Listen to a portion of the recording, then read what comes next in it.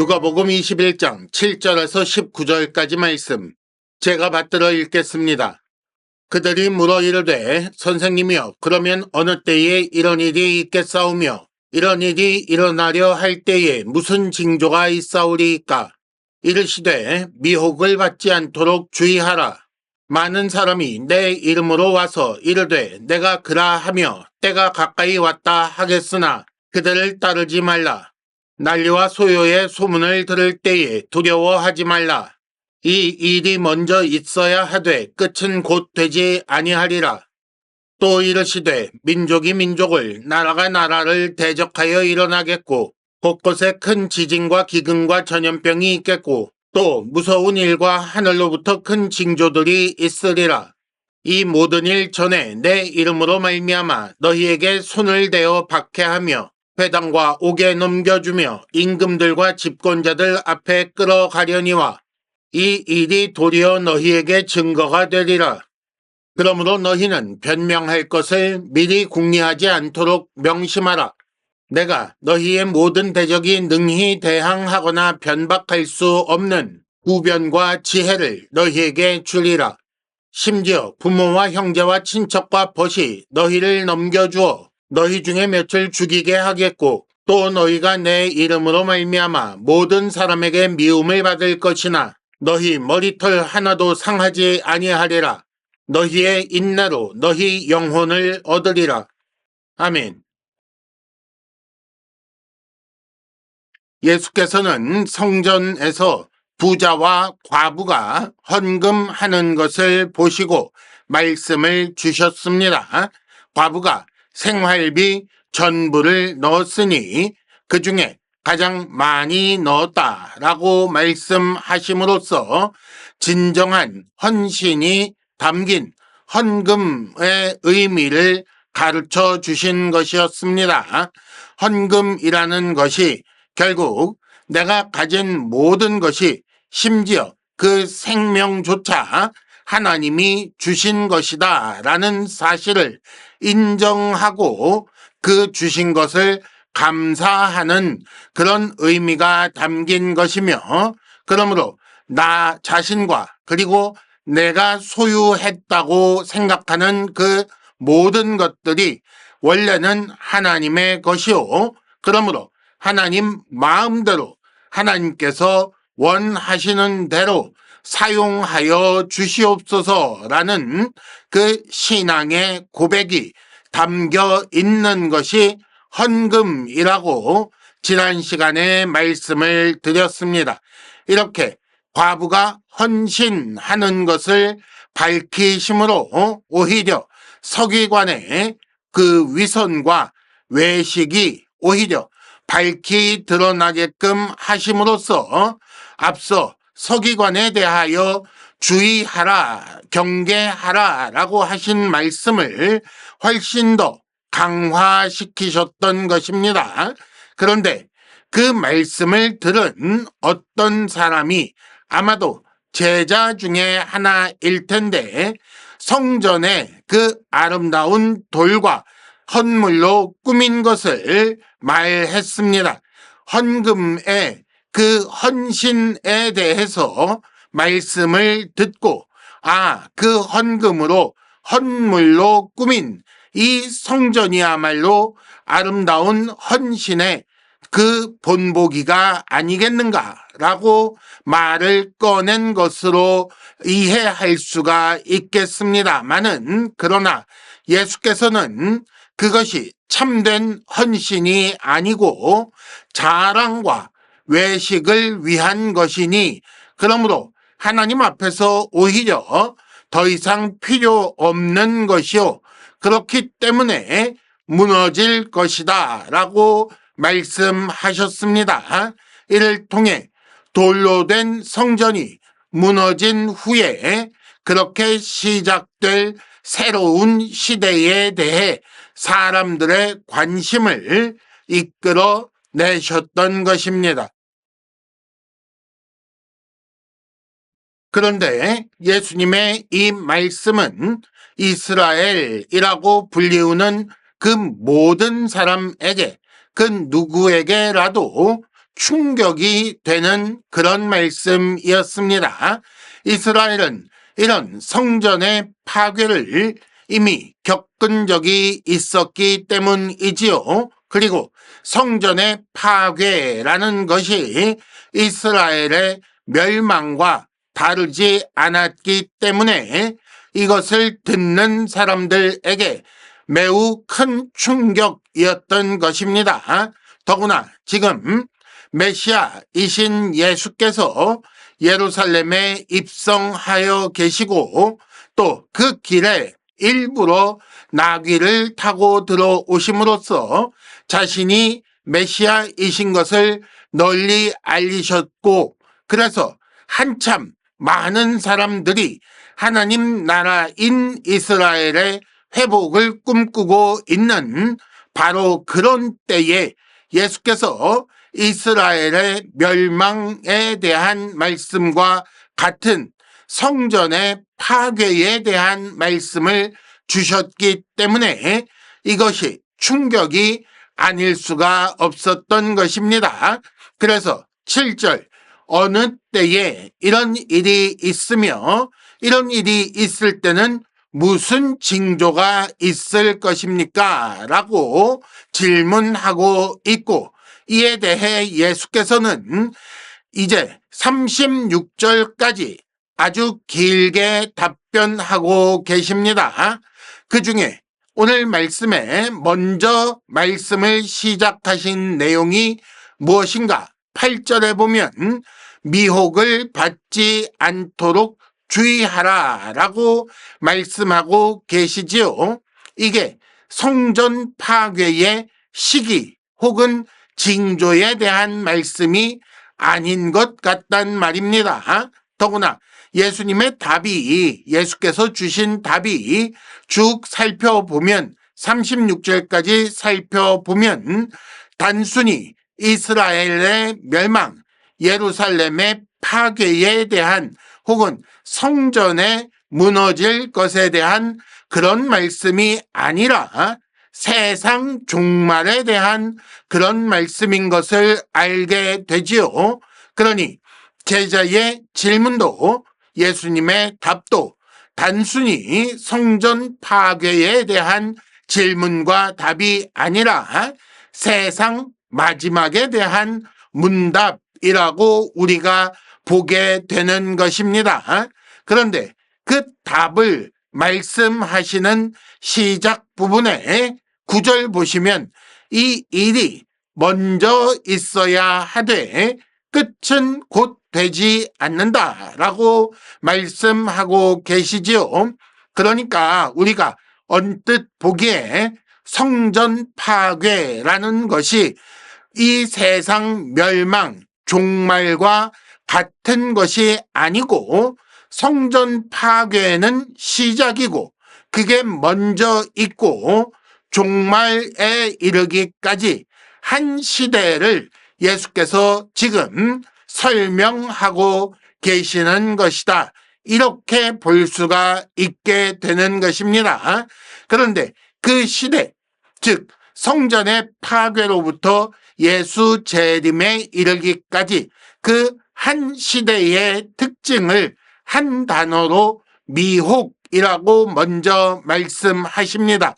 8절에 미혹받지 않도록 주의하라 라는 말씀이 바로 그것입니다. 진리인 척 거짓이 활개를 칠 거라는 말이지요. 특히 많은 사람이 나의 이름으로 와서 내가 그다, 때가 가까이 왔다라고 한다고 하셨습니다. 즉, 이 시대의 특징은 자기 스스로 그리스도라고 구세주라고 주장하는 자들이 많이 일어나는 그런 시대적 특징을 가지고 있다라는 말씀입니다. 그리고 이것은 단지 거짓 예수에 대한 경고일 뿐 아니라 특별히 하나님을 떠나게 하는 예수 그리스도 아닌 다른 것을 따르게 하는 그 모든 속이는 말들, 사람들을 하나님에게서 떨구어 내서 하나님을 떠나게 하고 그리스도를 바라보지 않게 만드는 그 모든 것들, 즉 모든 어떤 사람이든 혹은 다른 어떤 종교이든 아니면 세상 사상과 철학이든 요즘 같으면 과학 같은 것들이 미혹하여 올 텐데 그 미혹을 받지 않도록 주의하라라고 말씀하시는 것입니다. 이 시대의 특징 두 번째는 9절 난리와 소요라고 말씀하십니다.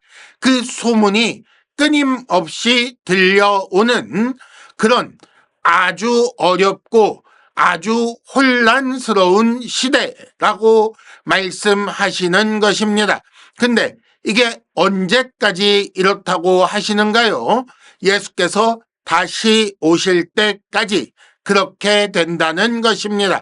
온 세상이 다 알도록 그렇게 오실 텐데 그때까지 계속해서 난리와 소요가 사람들에게 보여지고 들려지는 그런 시대이고 그로 말미암아 불안해하는 사람들에게 내 말을 들어라, 내가 구원의 길을 알려주겠다라고 주장하며 미혹하는 그런 세대가 그런 시간들이 이어질 것이라고 말씀하신 것입니다. 하지만 그에 이어서 이렇게 말씀하셨지요. 이 일이 먼저 있어야 하되 끝은 곧 되지 않는다. 그러니 그런 미혹하는 말들을 따르지 말고 그 난리와 소요의 소문에 두려워하지 말라라고 말씀하셨던 것입니다. 이어서 예수께서는 그 시대에 대해 10절 민족이 민족을 그리고 나라가 나라를 대적하는 시대라고 말씀하십니다. 전쟁이 계속될 거라는 말이지요. 갈등을 해결하기 위해 욕심을 해결하기 위해 혹은 자기 민족과 나라의 이익을 위해 폭력을 사용하는 큰 싸움이 계속될 거라고 그렇게 말씀하신 것입니다.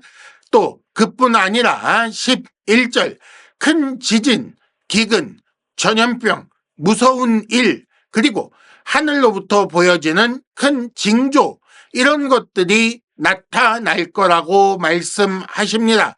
자연 환경의 문제도 있고 그 모든 질서가 무너져 혼란을 겪는 격변의 시대를 말씀하신 것입니다. 이것이 바로 요한계시록에서 우리가 볼 수 있는 하늘로부터 임하는 심판의 모습들 아니겠습니까? 또 전쟁, 기근, 전염병 이것들은 구약 신명기에서 말씀하신 언약에 대한 어겼을 때에 주시는 심판의 모습들인 것을 우리가 기억해야 하는 것입니다. 즉, 이 시대는 하나님께서 이미 심판을 시작하신 그런 시대요. 점점 더 그 심판이 강하여지는 그런 시대인 것을 예수께서 이미 말씀해 주신 것입니다.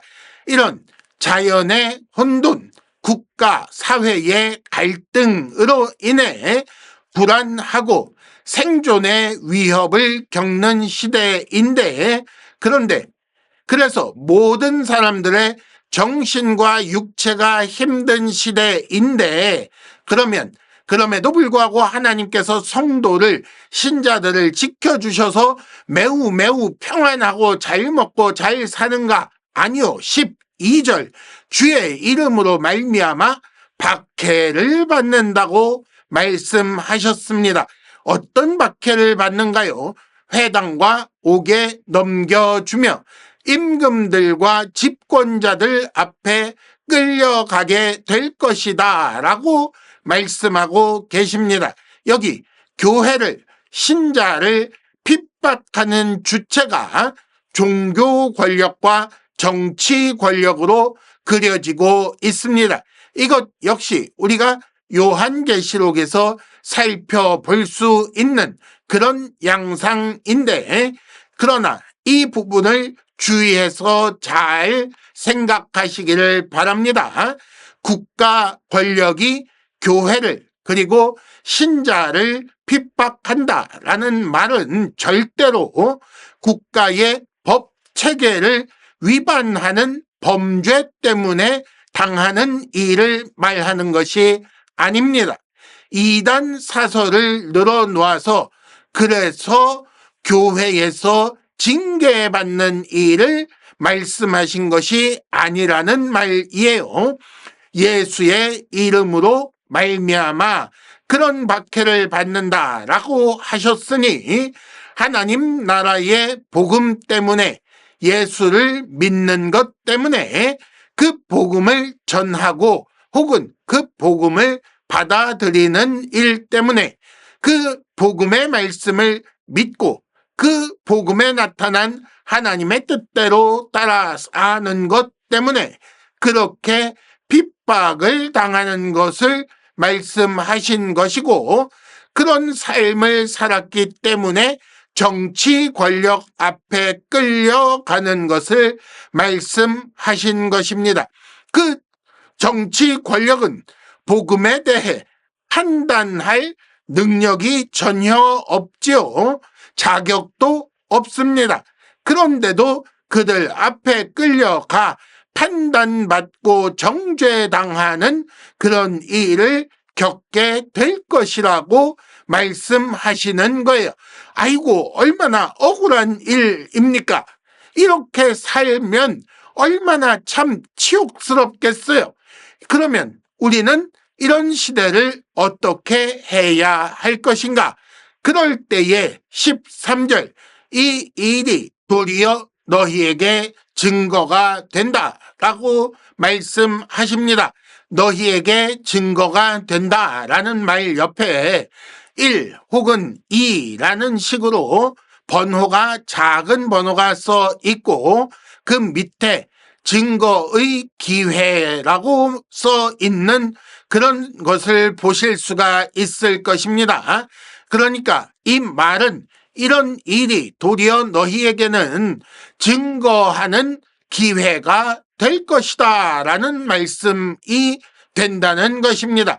내가 믿는 그 복음이 참이라는 사실을 밝힐 기회가 된다는 것이고, 그렇게 우리를, 신자를 끌고 간 정치 권력 앞에서, 종교 권력 앞에서 그들을 향하여 복음을 전할 전도의 기회를 얻게 될 것이라고 말씀해 주신 것입니다. 얼른 생각나는 장면들이 있지요. 예를 들면 사도 바울의 경우가 있습니다. 사도 바울은 사도행전 23장에 보면 예루살렘에서 잡혀서 공회 앞에 끌려가 대제사장 아나니아 앞에서 변론하는 것을 볼 수가 있습니다. 또 24장에서는 당시 총독이었던 벨릭스라는 사람 앞에서 말하였고, 25장과 26장에 보면 총독인 베스도 앞에서도 말했을 뿐 아니라 아그리빠라는 왕과 버니게라는 사람 앞에서 전도하여서 그 아그리빠 왕이 네가 몇 마디 말로 나를 그리스도인이 되게 하려고 하느냐라고 말했던 것을 보았을 것입니다. 그러니까 성전이 무너진 이후에 이렇게 시작된 예수 재림까지의 그 시대의 특징은 시대 자체가 고난의 시대인 것입니다.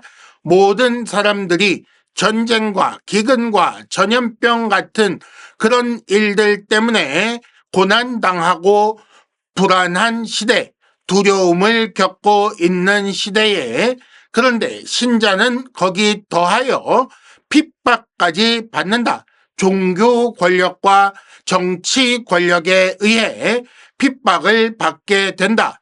그런데 그것도 정당한 그런 핍박이 아니라 복음 때문에, 믿음 때문에 하나님 뜻대로 사는 삶이 있어서 핍박을 받는다는 것이고, 그렇게 그리스도인들이 훨씬 더 큰 고난을 겪는 시대인데, 그런데 그게 오히려 세상을 향한 전도의 기회라고 주께서 말씀하신 것입니다. 그런 식으로 우리가 하나님 나라를 온 세상에 전파하는 시대가 바로 예수께서 말씀하신 이 시대의 특징이 되는 것이지요. 그러면 우리는 어떻게 할 것인가? 언제라도 복음을 전할 수 있게, 예를 들면 사형리 같은 것 달달달달 외워놓을 필요가 있는가? 그걸 준비하라는 말씀인가?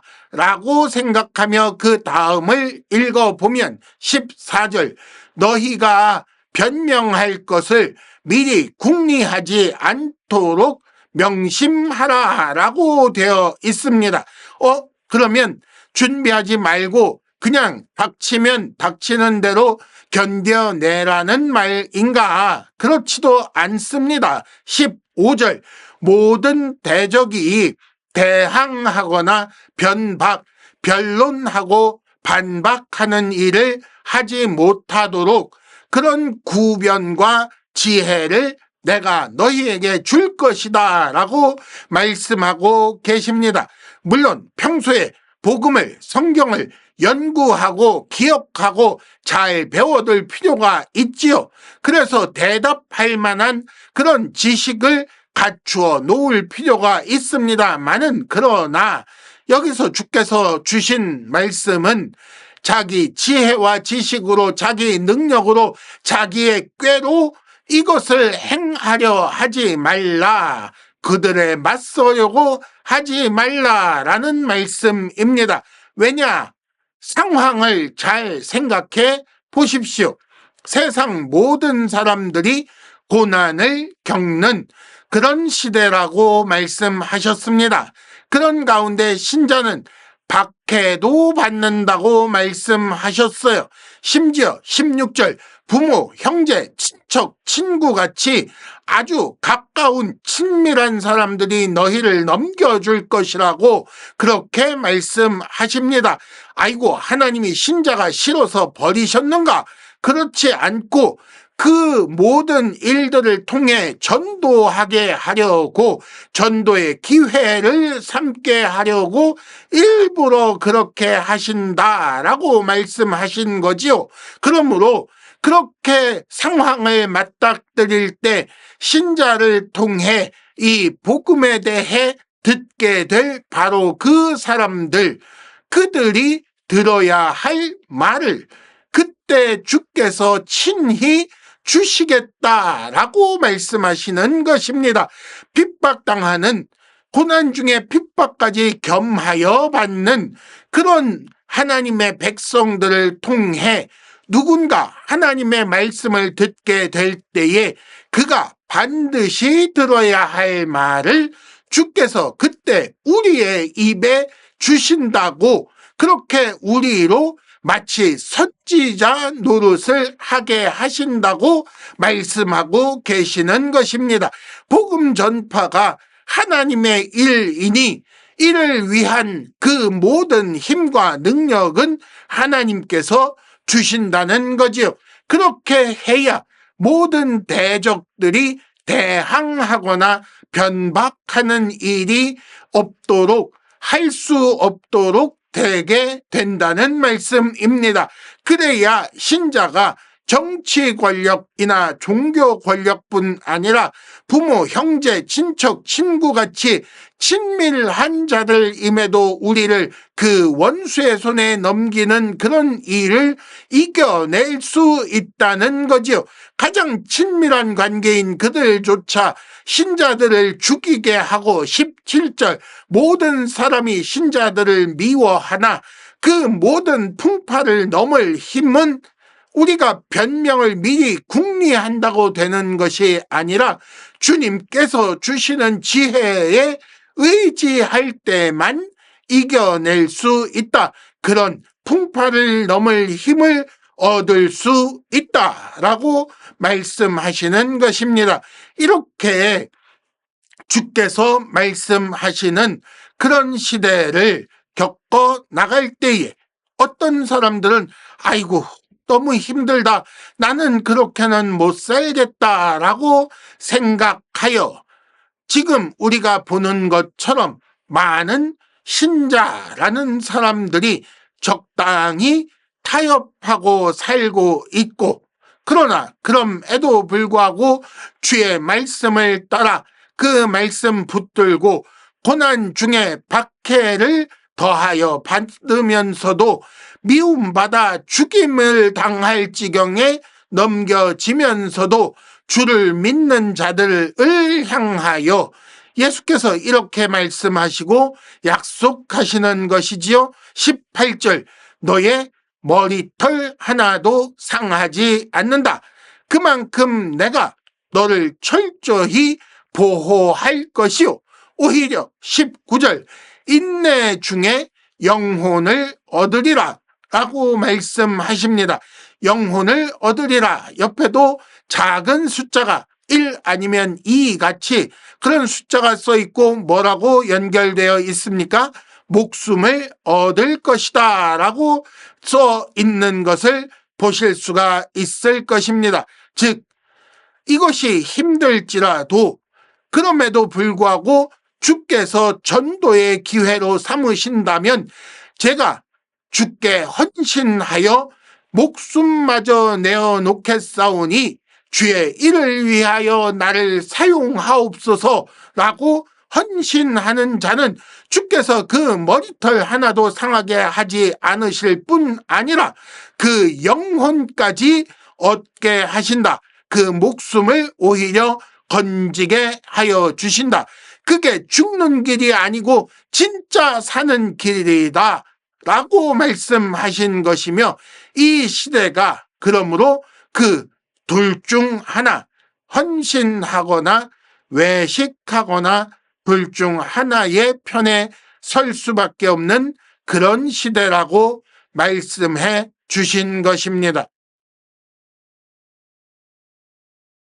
이 시대에 대해 주신 그 가르침을 정리하면서 우리를 위해 요약하고 적용해 보는 시간을 가져야 하겠습니다.